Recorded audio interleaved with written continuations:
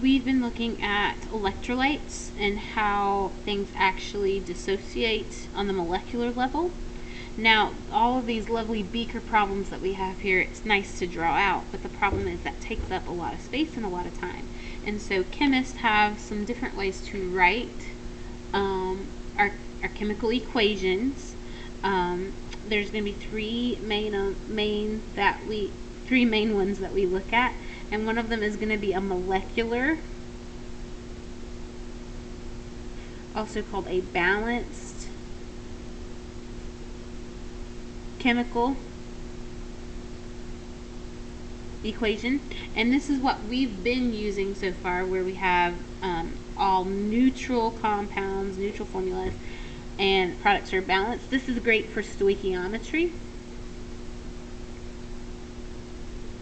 but it really doesn't tell us what things actually look like. So it's great for quantitative things, but not qualitative. Our next one is called our complete ionic equation. And that complete ionic equation is going to show things that are completely dissociating as strong electrolytes. So it represents all of your strong electrolytes as your ions.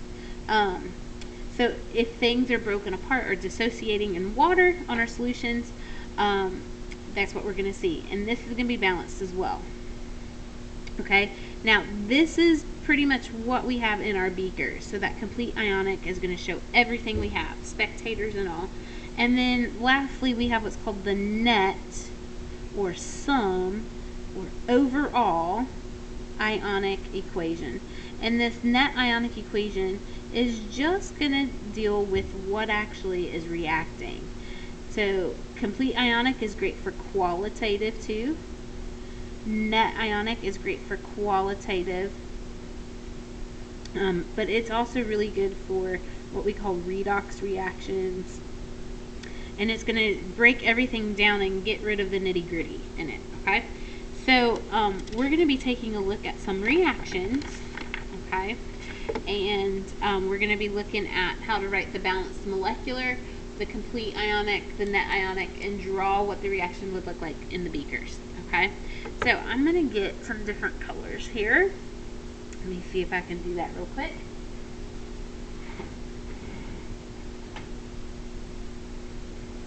I'm going to use some colored pencils.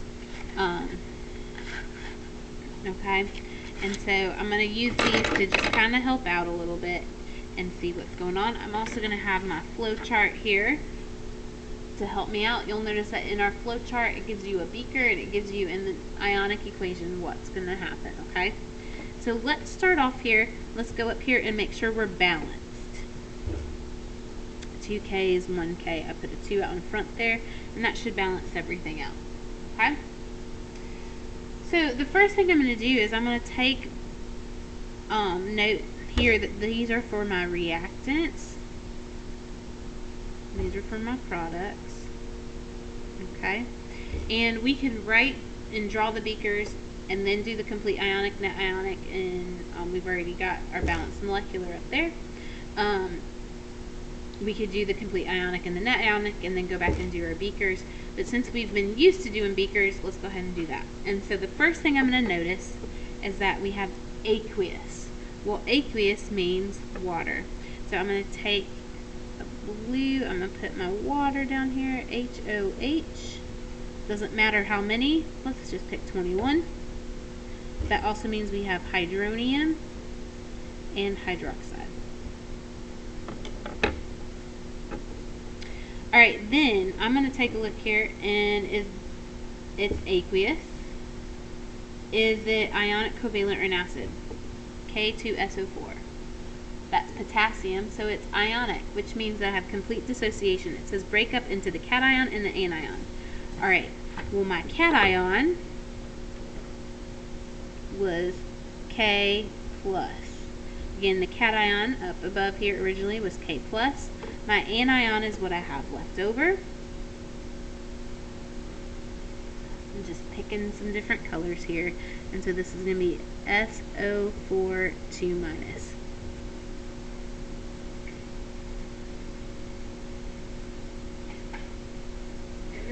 matter what color we use here. Key is though I'm going to have some different colors. Now, let's stop right here and let's talk about how many I have of each ion. How many K's are there? Total, there's 2. And how many sulfates? There's just 1. So I'd say 2 K plus and 1 SO4 minus. Again, that other ion I would have had would have been SO4 with a 2 minus. So when we say it breaks apart, it's breaking apart into those 2 ions. Alright, that takes care of the first compound. Let's take a look at the next compound. Solid, liquid, gas, or aqueous. It's aqueous. We already have water in there, so we're good to go. So it dissolves in water. Is it ionic, covalent, or an acid? Well, barium is ionic. So it says break up into cation and anion. I'm just going to grab some different colors here. So I've got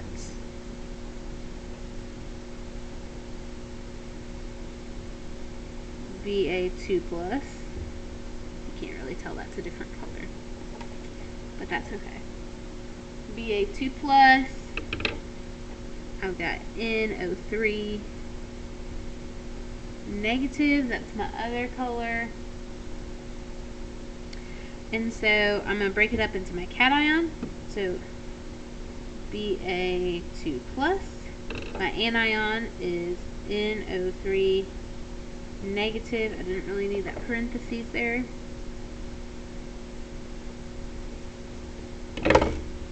And then I need to go back and check and see how many I had. Well, how many BAs did I have? I have 1.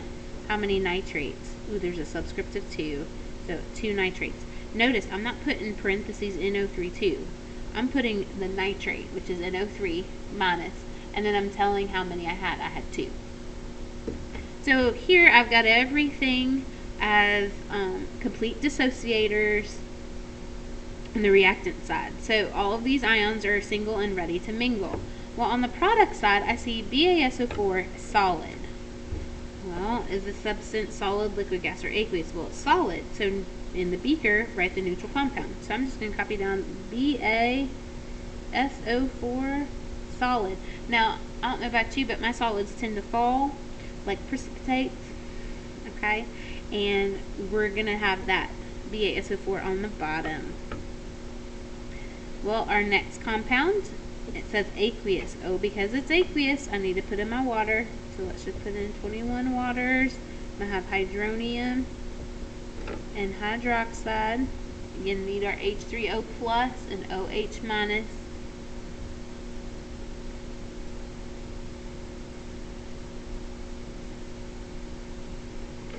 And then I've got my 2 ions here. Well, I've got a K plus, and I have an NO3 negative. Look, that's what we had earlier, K plus and NO3 negative. Look, the Ba and the SO4 hooked up, and now I'm left with K plus and NO3 negative. Well, let's take a look here. How many K's do I have? Coefficient out in front says 2, so I'm going to put 2 K plus, and how many NO3s? I've got 2 NO3 minuses. Now, it says for our complete ionic equation, I can look at my beaker. These two are pretty much the same thing, but I can also go back through. Again, this said aqueous, ionic, break up into cation and anion. So what I'm going to do, these two aren't really together anymore. So I'm going to write down my 2 ions. I'm going to write down K plus. I've got SO4, 2 negative. Take a look. I'm going to put a big old plus sign in between because I want to show that they're separate, that they're not together.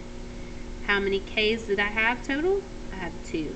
Look, I get 2 K plus, and I have SO4 2 minus. And my next compound, it says aqueous. It's ionic. Break it up into Ba2 plus.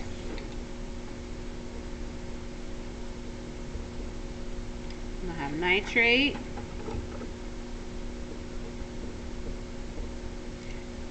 don't want them together. I want to say that they're separate, so put a plus sign in between. And then let me check how many. I had 1 Ba, I have 2 nitrates, so I put a 2 out in front. There's my yield, 0. Barium sulfate, solid, liquid, gas, or aqueous. It's solid. In the ionic equation, it says write the neutral compound. So BaSO4 solid. And here I'm going to have aqueous, ionic, break up into cation and anion, break up into cation and anion, where my cation is K+.